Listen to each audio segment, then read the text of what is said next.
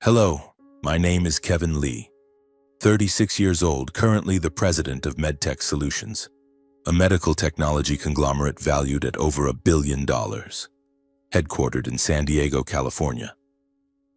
If you look at me now, sitting in a gleaming glass office with a view of the Pacific Ocean, you might think I'm a successful man, someone who has conquered everything.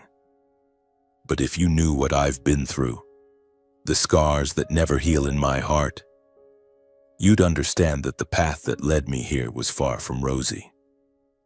It was a journey filled with blood, tears, and sleepless nights, where memories of my childhood cut into my heart like blades. Today I'll tell you my story, starting from the darkest days when I was just a boy living in fear and self-doubt, under the heavy shadow of the man I once called my father. I was born in a magnificent villa in La Jolla, where towering palm trees and winding roads along the coast left everyone in awe. But that glamorous beauty was merely a facade for a broken family. My father, John Lee, was the founder of MedTech Solutions, a medical technology company that was small but ambitious at the time. He was a tall man with sharp features and cold, piercing eyes that always made others feel small. To the outside world, he was a brilliant entrepreneur, a model man. But to me, he was a nightmare. I still vividly remember the first night I realized I didn't belong in his world. I was 6 years old, curled up on the wooden staircase leading to the living room, where the glittering chandelier cast light on expensive wine bottles on the table. My father, drunk, pointed at me and roared, "You bastard! You're not my son!"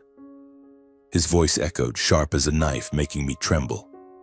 I didn't understand what bastard meant, but the way he looked at me, full of contempt and hatred, shattered my young heart. My mother, Elizabeth, rushed over, pulling me into her arms, whispering, "Don't listen to him, my love. You're everything to me." But her comforting words couldn't erase the pain. Those words, like a curse, clung to me for years to come. My mother was the only light in the darkness of my childhood. She was a gentle woman with golden blonde hair and a smile as warm as the sun. She always found ways to protect me, even if it meant standing up to my father. I remember the nights she snuck into my room after my father had passed out drunk on the sofa. She sat by my bed, stroking my hair, telling stories of adventures from books, of heroes who overcame adversity. "You're stronger than you think, Kevin," she said. "One day you'll do great things." I clung to those words like a lifeline, but deep down, I still felt like a worthless failure, unworthy of her love. There was another person in our household, my younger brother, Ryan. Ryan was 4 years younger than me, and from the moment he was born, he was the center of attention. Ryan had my father's blue eyes, a charming smile, and a confidence I could never muster. My father loved Ryan blindly, as if he were the embodiment of every dream my father ever had. Ryan was given expensive toys, taken on trips around the world, while I was often left behind with the excuse that you need to study harder. I wasn't exactly jealous of Ryan, not entirely. I just wished my father would look at me with different eyes, not ones filled with disdain. Ryan, spoiled excessively by our parents, gradually became an arrogant boy. He called me weirdo when I buried myself in homework, laughed at me when I fell off my bike, and even once tore my favorite book to pieces in front of me. "You think you're smarter than me?" he once said, his tone full of defiance. I didn't respond, just lowered my head, trying to hide my tears.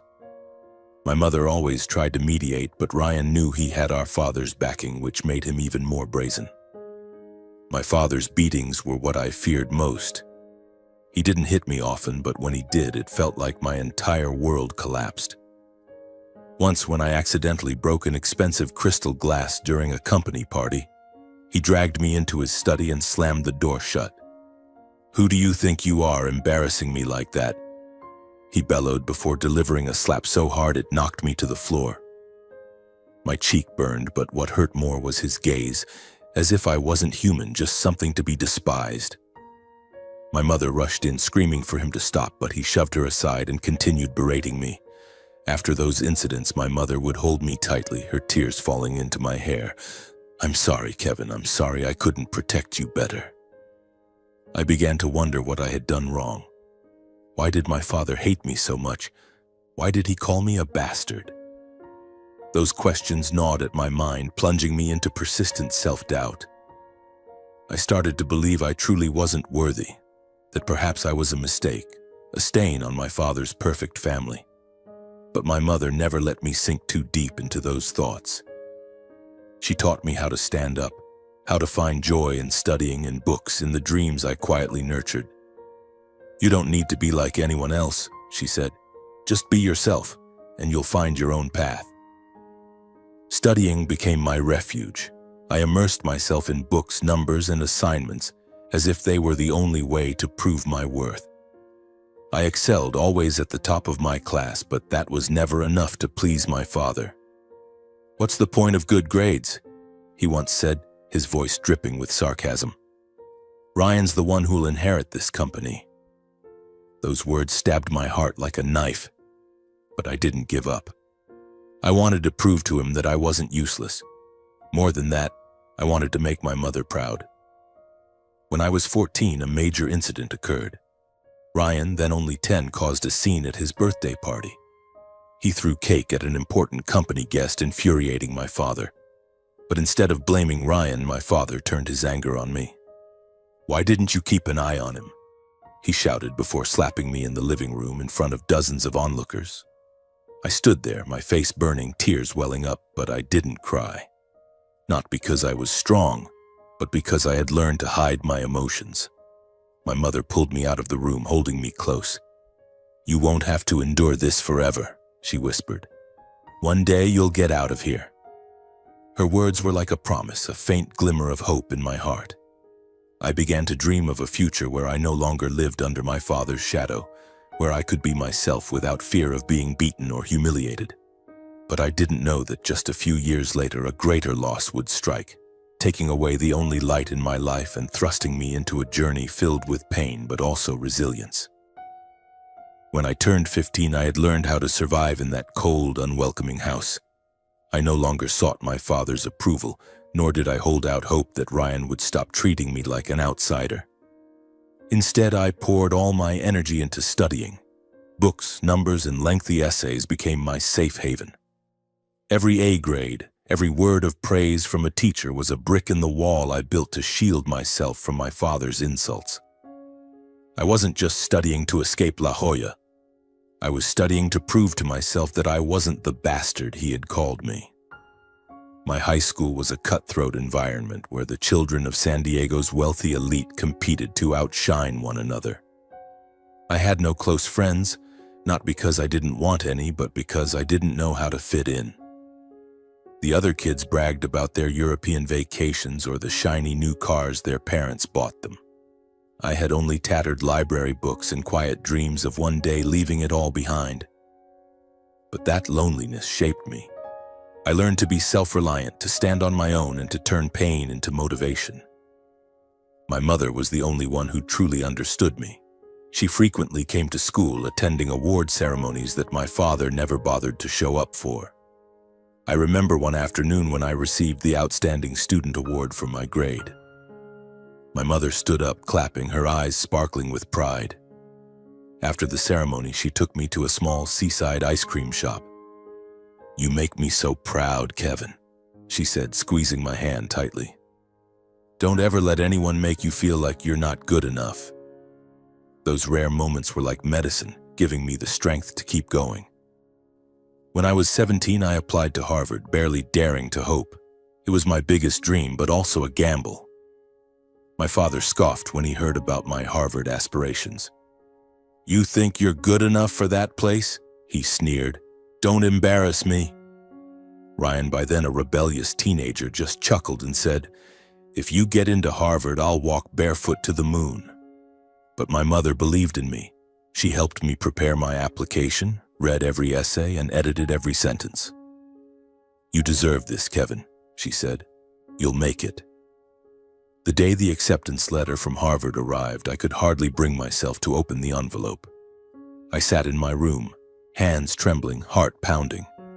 When I read the words, "Congratulations, Kevin Lee, you have been accepted," I burst into tears. Not out of joy, but out of relief. For the first time in my life, I felt like I had worth. I ran downstairs to the living room and showed the letter to my mother. She hugged me tightly, tears streaming down her cheeks. "I knew you could do it," she whispered. My father barely glanced at the letter, muttered something, and turned away. Ryan just shrugged, as if my getting into Harvard wasn't worth his attention. Harvard wasn't just a university, it was my escape. When I left La Jolla that fall, I felt like I was stepping into a new world. Cambridge, with its tree-lined streets ablaze with red and gold and its historic buildings, was the first place I felt I belonged. I chose to major in business administration, not just because it aligned with the future of medtech solutions, but because I wanted to understand how to run a company, how to turn ideas into reality. I wanted to prove I was more than the boy my father had rejected. At Harvard, I was like a fish finding its stream. I studied day and night, joined clubs, and worked part-time at the library to cover extra expenses. I didn't want to rely on my father's money, though he sent a small monthly allowance, always accompanied by reminders that I owed him for raising me. Those words only fueled my determination. I earned a full scholarship through my academic excellence, and that gave me a sense of freedom I'd never known. But even at Harvard, my father's shadow haunted me. Every time I called home, his voice on the phone was cold and critical. "What have you learned at that expensive school?" he'd ask, as if I were wasting time. Ryan never called, but I heard from my mother that he was growing increasingly reckless, partying all night and spending money lavishly. My mother worried about him, but she was powerless when my father always took his side. I could only comfort her, promising I'd return soon to help.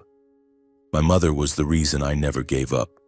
She sent handwritten letters every month, sharing small details about home, the flowers in the garden, or the new books she was reading. I still keep those letters carefully preserved.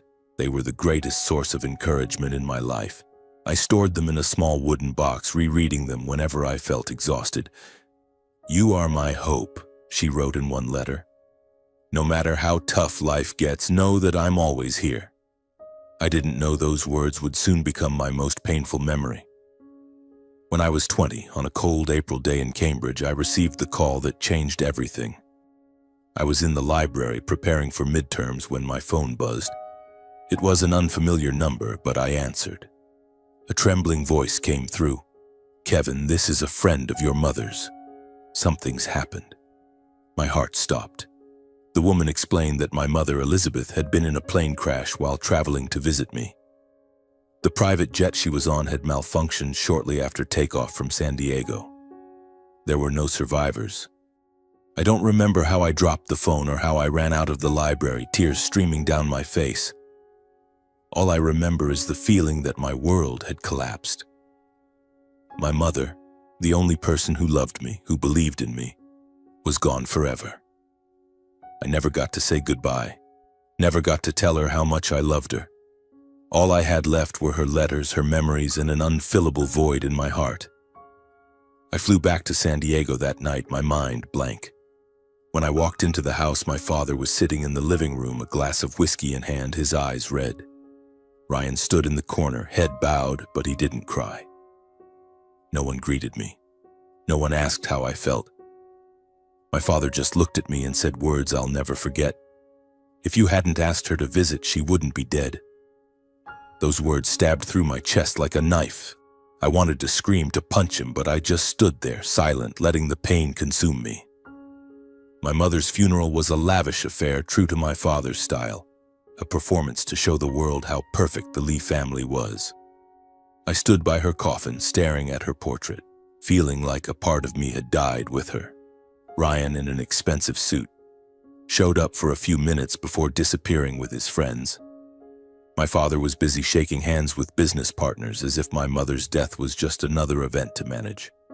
I was the only one who stayed until the end, clinging to her memories like a precious treasure. After the funeral, my relationship with my father deteriorated beyond repair.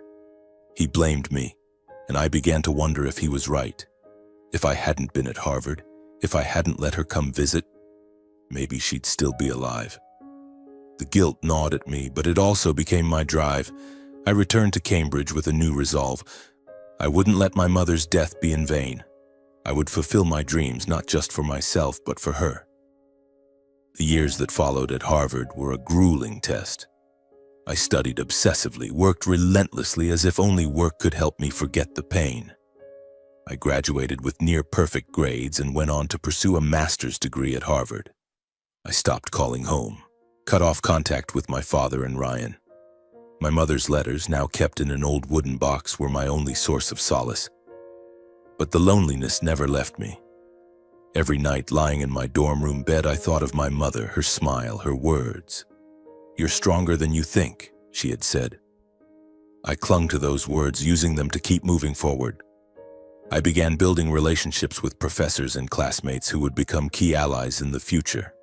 One of them was Charles Bennett, the father of a classmate, a wealthy investor with a keen vision. He saw potential in me, and I knew one day he would be the key to my bigger plans. When I graduated with my master's, no one from my family attended the ceremony. My father didn't call, Ryan didn't care, and my mother, the only one who would have been proud, was no longer here. I stood alone on the stage, accepting my diploma with a forced smile, but deep down, I knew this was only the beginning. My mother had taught me resilience, and I would use that resilience to face the challenges ahead. A journey that would lead me back to MedTech Solutions, where it all began, and where I would confront my father and Ryan, not as a frightened boy, but as a man ready to fight. I returned to San Diego on a sweltering summer day, the California heat searing my skin, but it paled in comparison to the smoldering fire within me. My Harvard master's degree was tucked neatly in my suitcase, but it didn't bring the sense of triumph I had once imagined. Instead, I felt like I was stepping into an arena where my opponents were not just my father and Ryan, but also the painful memories of my childhood. MedTech Solutions, the company my father had built from nothing, was the place where I had once been called a bastard. Now I was returning, not to beg for approval, but to prove that I belonged here, whether my father wanted it or not. A call from my father came just weeks after graduation. I was in Cambridge, packing up my small apartment, preparing for a future I hadn't yet mapped out. The phone rang, and his voice came through as cold as ever. "Come back," he said without a greeting or a hint of warmth. "The company needs people. Don't think you're getting any special treatment because of that Harvard degree." I clenched my jaw, suppressing the anger rising within me. Part of me wanted to refuse, to cut all ties with him and the family that had cast me into darkness. But then I thought of my mother, her words echoing in my mind. "You're stronger than you think." If I walked away now, I'd be letting my father win, letting him continue to believe I was worthless. I couldn't let that happen. I took a flight back to San Diego, carrying a suitcase of clothes and a steely resolve. When I stepped into the headquarters of MedTech Solutions, I was struck by its grandeur. The glass building gleamed under the sunlight, its engraved company logo exuding modernity and power. This was no longer the small company I remembered from childhood, when my father would bring me to his office and tell me to sit still and don't bother anyone. MedTech Solutions was now a major player in the medical technology industry, with products like imaging diagnostics and surgical support devices used nationwide. But I knew that behind the glossy facade was chaos. My father's poor decisions, Ryan's laziness, and a company stagnating in the race against competitors. My father summoned me to his office on my first day. He sat behind a mahogany desk, his face stern, his eyes as cold and piercing as ever. Ryan stood beside him, now a 22-year-old in an expensive suit, his face radiating the same arrogance as always. "You'll start in product development," my father said flatly. "Entry-level position. Don't expect any favors." I nodded, saying nothing, though I knew he was deliberately putting me in my place. An entry-level job, while Ryan, who had barely graduated from a mediocre college and never worked seriously, was appointed director of the marketing department. I glanced at Ryan, who smirked as if my demotion was a great joke. "Welcome home, big brother," he said, his voice dripping with sarcasm. Those first days at MedTech Solutions were a test. I was given a small corner desk in the product development department, where engineers and scientists worked tirelessly to improve medical devices. My colleagues, mostly older than me, eyed me with a mix of curiosity and skepticism. They knew I was John Lee's son, but they also knew he didn't value me. "You're Kevin, right?" an engineer named Maria asked on my second day. "Heard you went to Harvard. Why are you here in this position?" I gave a faint smile, avoiding an answer. I didn't want to explain, didn't want to share the scars etched in my heart. My job involved analyzing data from medical devices, suggesting improvements, and assisting the technical team on research projects. It wasn't glamorous, but I loved it. I enjoyed how numbers told their own stories, how each small improvement could save a patient's life. I worked hard, often staying late in the office long after the building had gone dark. I wasn't doing it to impress my father, but to prove to myself that I could make a difference. My father never noticed. In meetings, he focused only on Ryan, who showed up with ridiculous marketing ideas, like lavish ad campaigns without market research. "Ryan has vision," my father once said during a meeting, dismissing my proposal for a technical upgrade to a diagnostic device. "You just do your job well." His words no longer stung as they once did. I'd grown used to his contempt. But every time I saw Ryan with his smug smile and careless attitude, a quiet anger flared within me. He didn't deserve his position, and I knew I had to do something to change things. I started building relationships within the company. I ate lunch with the engineers, listened to their ideas, and learned from their experience. Maria, the engineer who spoke to me on my first day, became a close ally. She shared the company's internal issues, my father's favoritism toward Ryan, the financial missteps that had cost major contracts. "This company needs someone like you," Maria once said, "not Ryan." I smiled, thanked her, but I knew words alone wouldn't change the situation. Only action would. Meanwhile, Ryan lived like a spoiled prince. He arrived at the office late, left early, and spent most of his time partying or flaunting his lifestyle on social media. Once I overheard him talking to a marketing staffer. "This company's mine," Ryan said confidently. "Dad promised. Kevin's just a hired hand." I stood behind the door, fists clenched, fighting to keep my anger in check. He was partly right. My father had always wanted Ryan to inherit MedTech Solutions. But I also knew that if Ryan took over, the company would collapse. My relationship with my father grew increasingly strained. He never acknowledged my efforts, even though my suggestions saved the company millions. During one meeting, when I presented an idea for a new diagnostic device, he cut me off. "Don't waste time on unrealistic ideas. Focus on your work."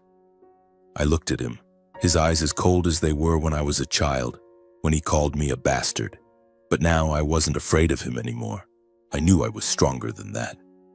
One evening, as I worked late, Maria came into the room, her face tense. "Kevin, there's something you need to know," she said.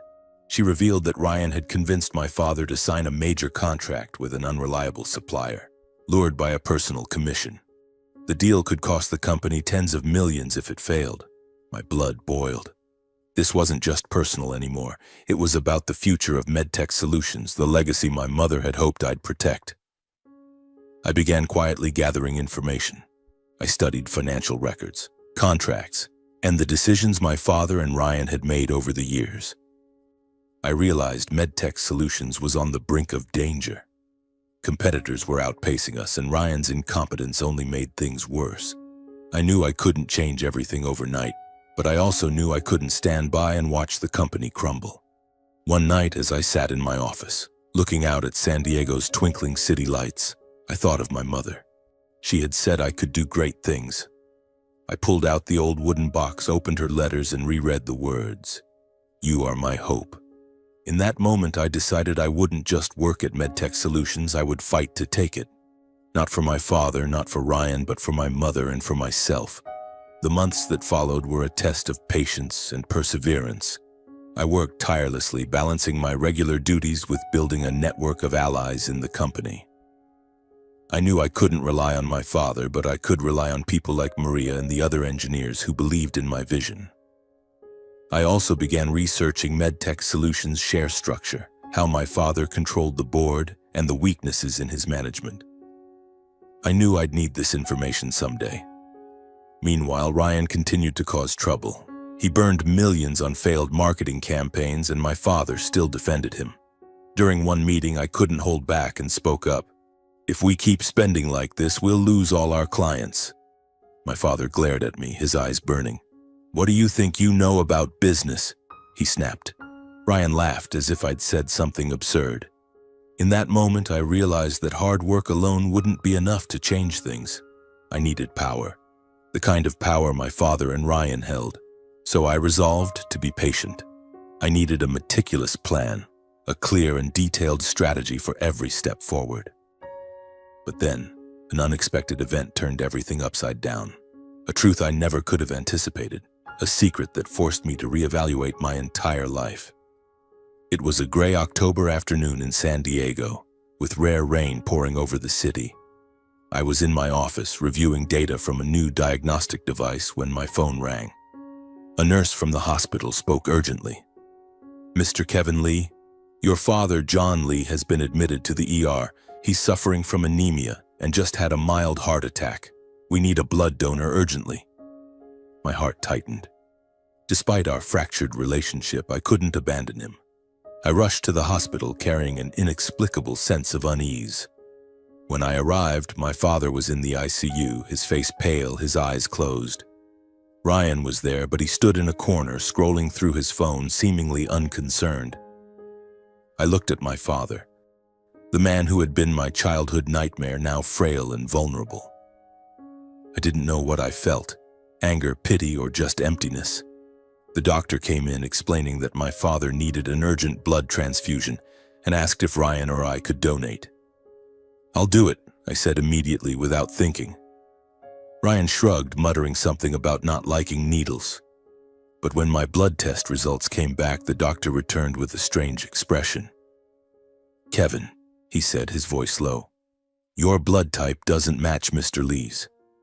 Are you sure you're his son?" His words hit me like a bolt of lightning. I stood frozen, my mind reeling. "What do you mean?" I asked, my voice trembling. The doctor shook his head, trying to explain gently. "Your blood type is B+, while Mr. Lee's is O.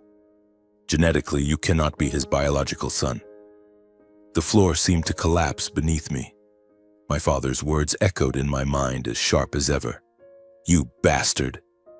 The times he hit me, the times he looked at me with contempt. Suddenly, it all made sense. He knew. He had always known I wasn't his biological son.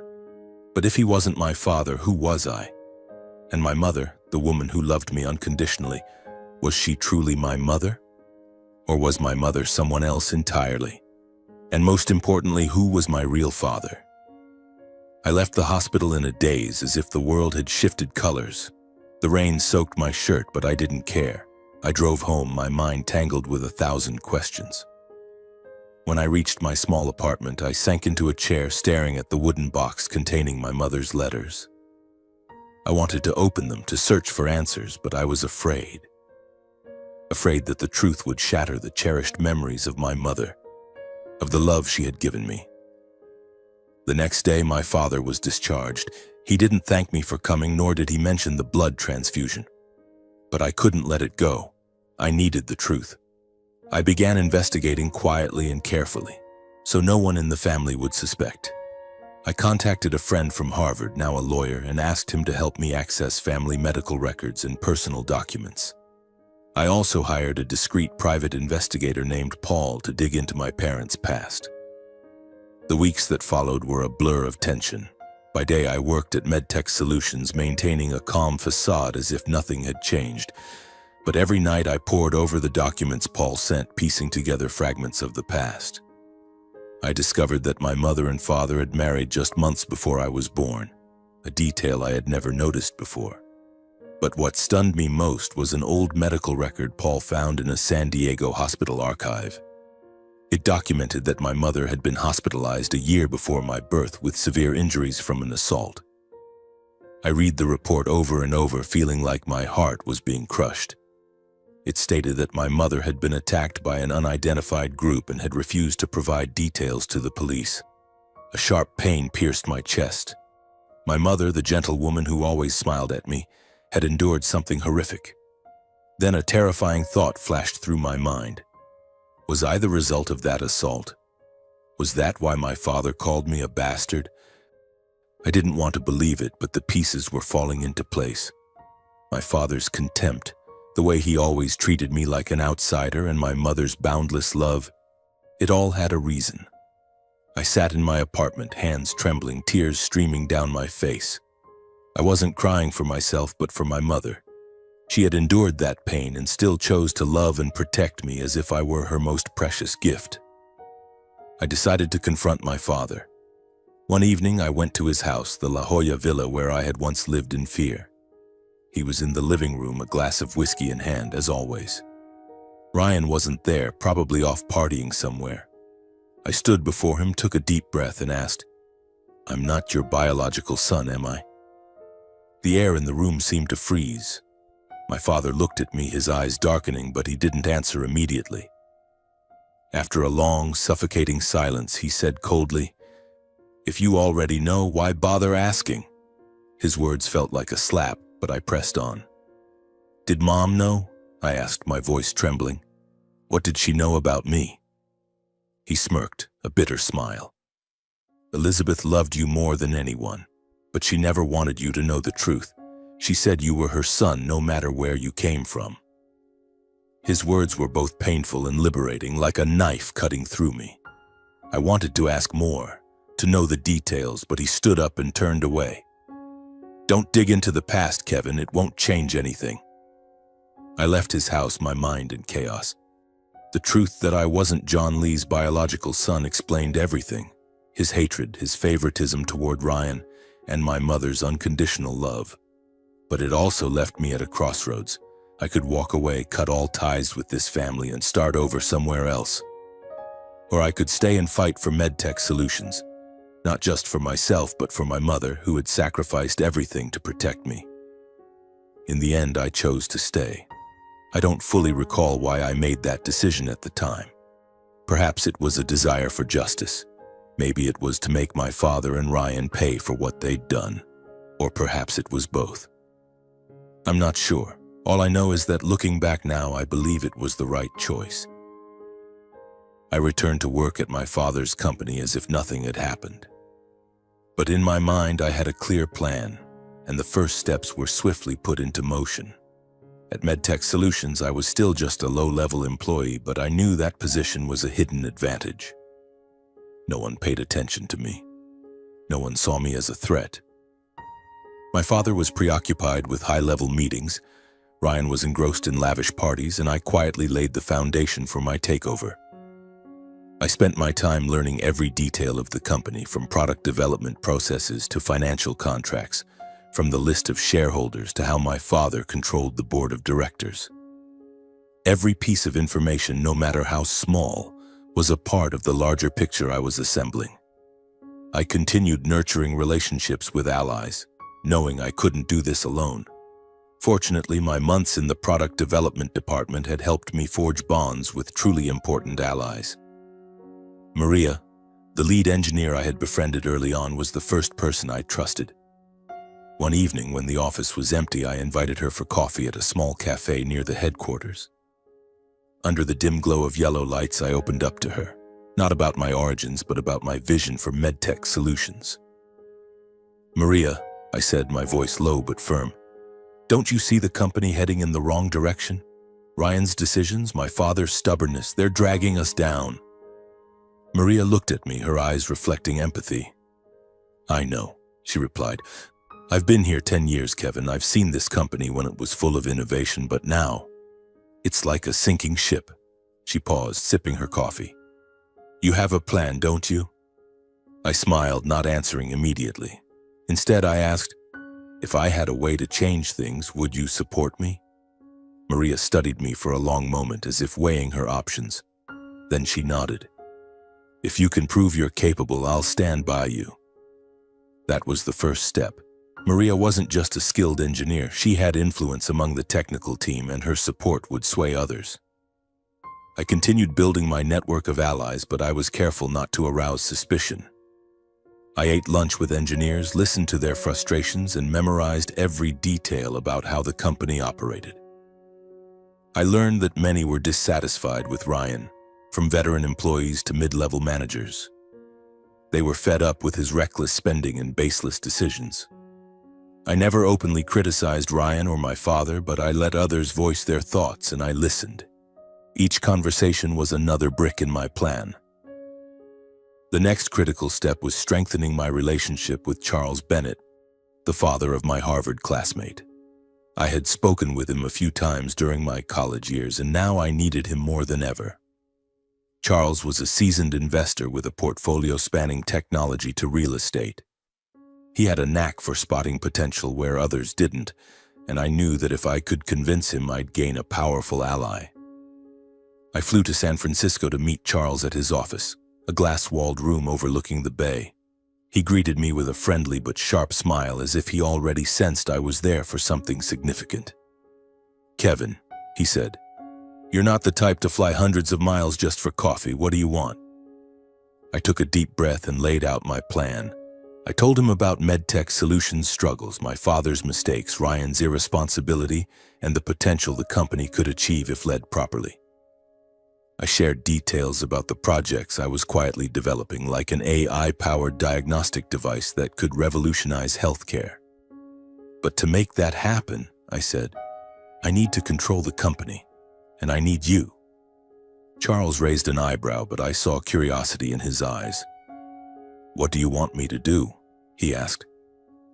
I explained that I wanted him to invest in MedTech Solutions, but not publicly. I suggested he buy shares through a shell company to avoid my father's suspicion.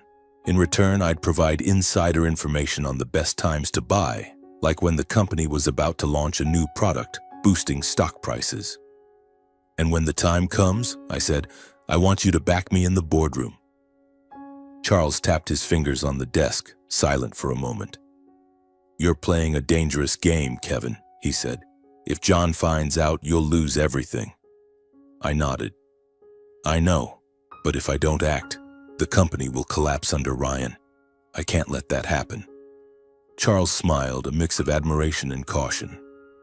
"All right," he said, "I'm in. But you'd better keep your word." That was a turning point. With Charles's support, I began building a covert portfolio of shares. Each time MedTech Solutions was set to announce a new product or sign a major deal, I tipped off Charles. He bought shares through shell companies, and I received a portion under an anonymous identity. It wasn't a perfect plan, and I knew I was treading an ethical line. But I had no other choice. My father and Ryan would never willingly relinquish control, and I had to use every tool at my disposal to challenge them. My plan wasn't without risks. My father was a shrewd man despite his flaws. He kept a close eye on major shareholders, and I knew that if he suspected anything, he wouldn't hesitate to fire me, or worse. I had to be meticulous, covering my tracks and maintaining the facade of a loyal employee. Once during a meeting, my father suddenly questioned me about a financial report I'd prepared. "Why do you know so much about the company's shares?" he asked, his eyes probing. My heart raced, but I kept my voice steady. "I just want to understand the company better, sir," I replied. "If I'm going to contribute, I need to know how things work." He stared at me for a moment, then nodded, but I knew he didn't fully trust me. Ryan, meanwhile, continued to cause trouble. Once he signed a $5 million advertising contract with an unreliable media company, simply because its CEO was his drinking buddy. The deal was a disaster, costing the company a major client. I seized the opportunity to document every detail, from email exchanges to financial reports. I knew Ryan's mistakes would be my weapons when the time came, but I didn't always stay composed. Some nights, alone in my apartment, the weight of loneliness pressed down on me. I thought of my mother, her letters, and wondered what she would think of the path I was on. I was playing a dangerous game, and sometimes I feared I was becoming a version of my father, Cold, calculating, willing to do anything to achieve my goals. But then I remembered my mother's smile, her words, "You are my hope." And I told myself I wasn't doing this for power or revenge, but for justice. 10 years passed in the blink of an eye, but each day in that time was a battle. Looking back, I hardly recognize myself. The trembling boy from years ago has become a 36-year-old man, heading the product development department at MedTech Solutions, though still under the title of a low-level employee. But behind that humble facade was a meticulously crafted plan, a chess game I had played for a decade, with every move carefully calculated. MedTech Solutions, once a stagnating company, had become a giant in the medical technology industry, valued at over $1 billion. This success didn't come from my father or Ryan, but from the relentless efforts of me and the team I quietly built. The AI-powered early cancer detection project I initiated 5 years ago became the company's flagship product. With over 95% accuracy, this device was sought after by hospitals worldwide, from the US to Europe and Asia. Other products like robotic surgical assistants and remote health monitoring systems also bore my mark, though my father never acknowledged it. I worked day and night, not just to develop products, but to build a loyal team. Maria, my trusted friend and lead engineer, became my right hand. She led the technical team with dedication, and together we turned MedTech Solutions into a symbol of innovation.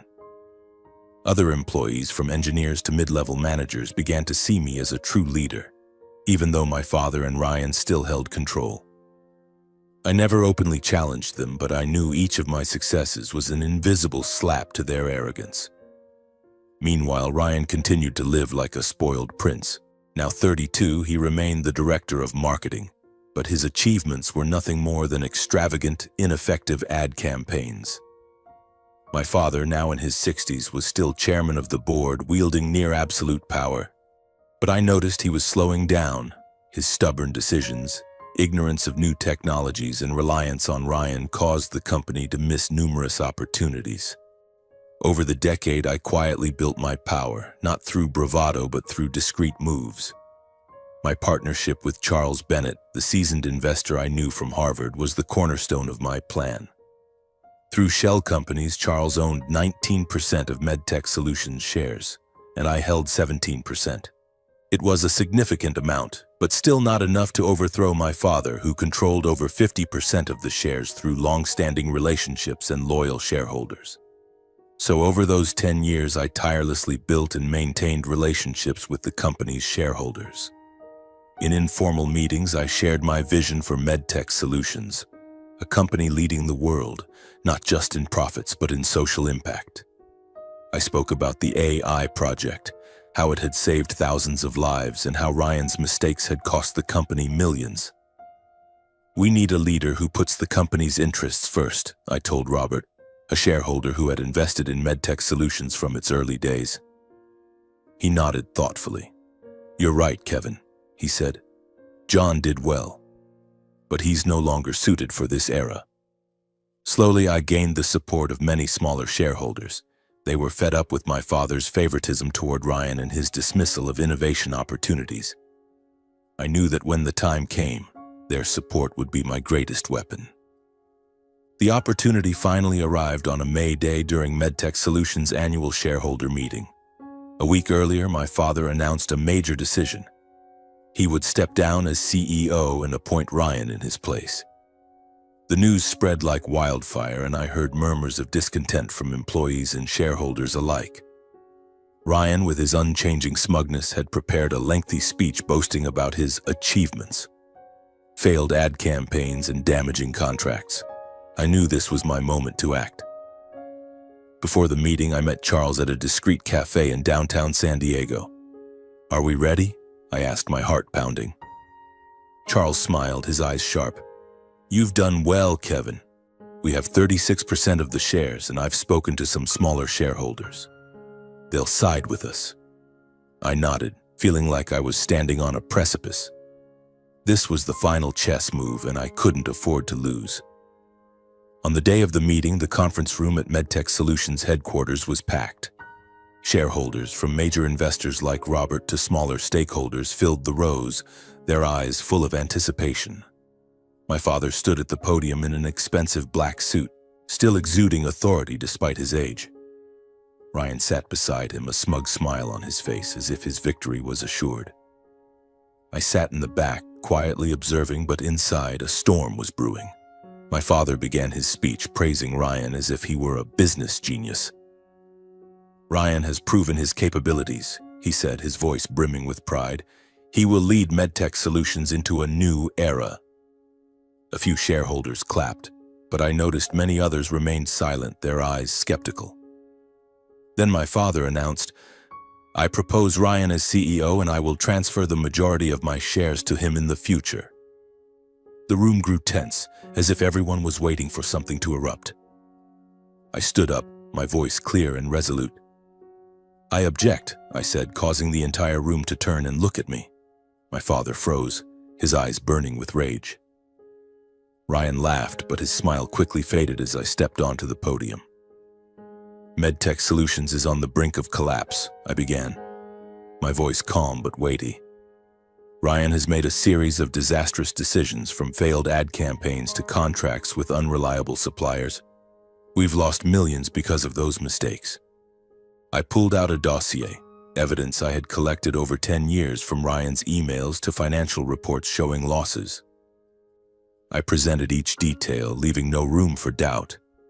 "Meanwhile," I continued, "our technical team has developed products that are transforming healthcare, like the AI cancer detection device. These are why MedTech Solutions is valued at over $1 billion today.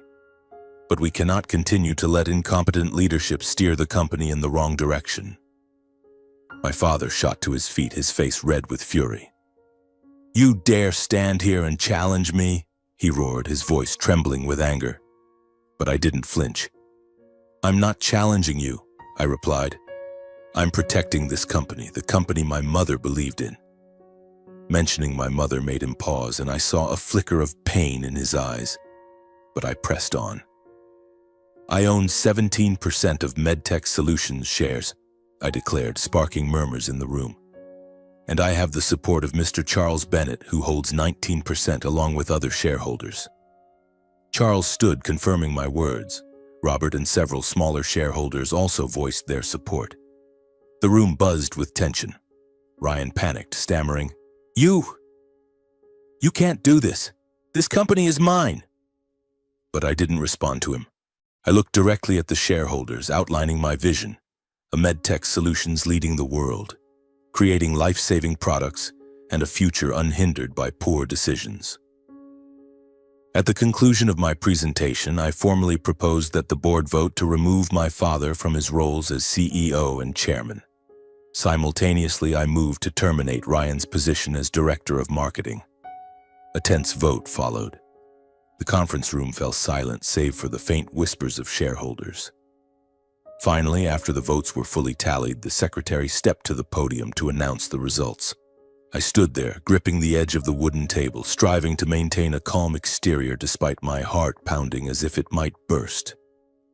All eyes were on me, from Charles with his subtle smile in the front row to Robert, the veteran shareholder, nodding encouragement, and the smaller shareholders I had quietly persuaded over the years. But the gaze I couldn't tear myself away from was my father's. Those cold, piercing eyes, now tinged with shock and something I had never seen before: powerlessness. With a majority of votes, the secretary's voice rang out, clear and emotionless. "Mr. John Lee is removed from his positions as CEO and chairman of the board, and Mr. Ryan Lee is dismissed from his role as director of marketing. In their place, Mr. Kevin Lee is elected as the new CEO and chairman of the board of MedTech Solutions." The room erupted. Scattered applause mixed with murmurs of astonishment. Charles stood, raising a hand in congratulations. Maria, seated in the corner, beamed with a radiant smile, her eyes gleaming with pride. But I couldn't smile. I looked at my father, the man who had been my childhood nightmare, now rising from his chair, his face flushed with anger. His hands trembled as if he wanted to lunge at me and slap me as he had in the past, but he didn't. Instead, he just stared, his eyes burning with rage mixed with a pain I couldn't comprehend. Without a word, he turned and walked out of the meeting room, his steps heavy. The door slammed shut behind him, marking the end of his reign at MedTech Solutions. Ryan, seated beside him, looked like a trapped animal. His face was pale, his lips pressed tight, and his blue eyes, once the reason my father favored him over me, were now filled with panic. He stood, unsteady as if he might collapse, and shot me a glare full of hatred. "You'll regret this," he hissed, low enough for only me to hear. But I didn't respond. I stood there, watching him stumble after our father, his once arrogant shadow now small and pitiful. As the door closed again, the room exploded in applause. Charles stepped onto the podium, placing a hand on my shoulder. "You did it, Kevin," he said, his voice full of pride. Robert and other shareholders approached, shaking my hand and offering hopeful congratulations. But I didn't feel victorious. My heart pounded, not with joy, but with a strange emptiness. I had achieved what I wanted. I had toppled my father and Ryan, claimed MedTech Solutions. But why did I feel like I had lost something irreplaceable? That evening, I sat alone in the new CEO's office, the room that once belonged to my father. The large glass windows offered a breathtaking view of San Diego, where city lights twinkled like fallen stars. I swiveled in the leather chair, gazing out, trying to feel the pride I thought I should. MedTech Solutions was now mine, not just in name, but as a legacy I had saved from collapse. Over 10 years, I had transformed the company from a stagnating business into a billion-dollar giant, with products like the AI cancer detection device saving thousands of lives worldwide. I had proven I wasn't the bastard my father had called me, nor the worthless fool Ryan had mocked. But that pride was quickly overshadowed by a suffocating loneliness. I pulled the old wooden box from the desk drawer, the one I carried everywhere. Inside were my mother's letters, their pages yellowed but still carrying her faint scent. I opened one, rereading the familiar words, "You are my hope." Tears welled in my eyes, not from sorrow, but from a longing to hear her voice again, to know if she would be proud of me. I had done all this for her, for the love she gave me, for the legacy she believed I could protect. But now, standing at the pinnacle, I wondered, was this what she wanted? I thought of my father, his powerless gaze as he left the meeting. Despite the pain he inflicted on me for years, despite never seeing me as his son, I felt a strange pang watching him fall. And Ryan, the brother I once hoped would change, was now just a shadow filled with resentment. My relationship with my family, already broken, was now officially severed. I didn't regret what I had done, but I couldn't deny the cost. I had traded loneliness for justice. Under my leadership, MedTech Solutions entered a new era. I appointed Maria as Chief Technology Officer, giving her the freedom to lead innovative projects. We launched a series of cutting-edge products, from an upgraded AI device to 5G integrated remote health monitoring systems.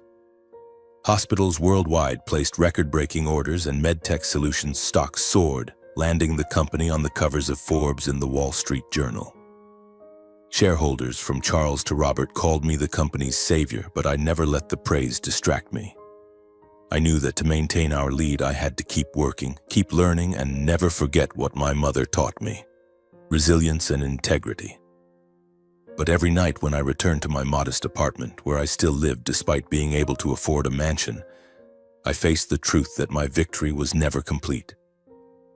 I sat by the window, looking out at the city, reflecting on the years gone by. The long nights of struggling with myself, the times I nearly gave up, and the memory of my mother, the woman who gave me the strength to rise after every fall. I opened the wooden box, gently touching her letters, and whispered, "I did it, Mom. I hope you're proud." I knew the road ahead would still be fraught with challenges. My father and Ryan might never forgive me, and competitors would relentlessly try to outpace us. But I wasn't afraid. I had learned that true strength lies not in power or wealth, but in the ability to rise from the deepest pain. And with my mother's letters in hand, I knew I would never be truly alone.